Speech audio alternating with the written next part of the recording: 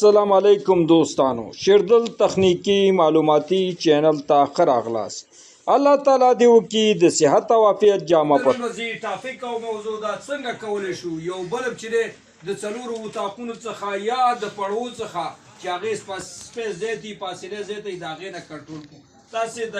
دا ډایګرام چې دی په دې وایټ بورډ باندې وینئ موږ څلور دانې دې ته بټنې لګوو چې هغه یا سوچونه لګوو هغه سوچونه ورته لګوو چې د 3 پیرونو والی لکه دغه 2 سوچ چې دی ته ویل کېږي مطلب هغه ورته نصب او کنیکشن کوو مطلب دا یو مونږ په یو اتاق کې نصب کوو یو په بل اتاق کې یو په بل اتاق یو په بل په دغه ډایګرام لکه څنګه چې تاسې وینئ په دې طریقه باندې موږ په هر اتاق کې چې دی هغه 2 سوچونه لګو او دې ته کنیکشن کوو نو دغه دوه اتاقونو ته تاسې وینئ چې پس پینټونه چې دي دا د مینز پینټ چې دی 2 سوچونو دی دې ته کامن وي او دې ته بیز 1 وي دې ته بیز 2 وي نو دغه فازونه چې دي اول چې کوم مین پاس دی د یو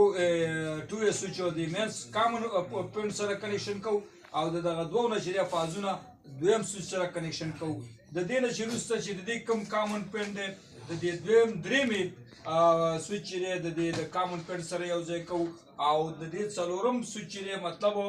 د دې دغه فازونه چې دي دغه بیز 1 او بیز 2 د څلورمې سوچ چې دی د دې د بیز 1 او بیز 2 سره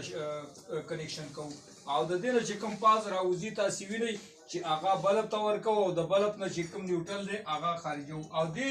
آخري بریکر ته تاسې وینئ چې دې ته فاز ورکوو نو په دې طریقه باندې تاسې کولی شئ په څلورو اتاقونو کې یا په څلورو پړوونو کې چې مطلب تاسې زینه لګولي یو بلب کنټرولولی شئ او د دې څخه اپ او غان کولی شئ نو زموږ د نن ورځې ټاپک او موضوع همدومره وه ستاسې د توجه او لیدو څخه یو نړۍ مننه السلام علیکم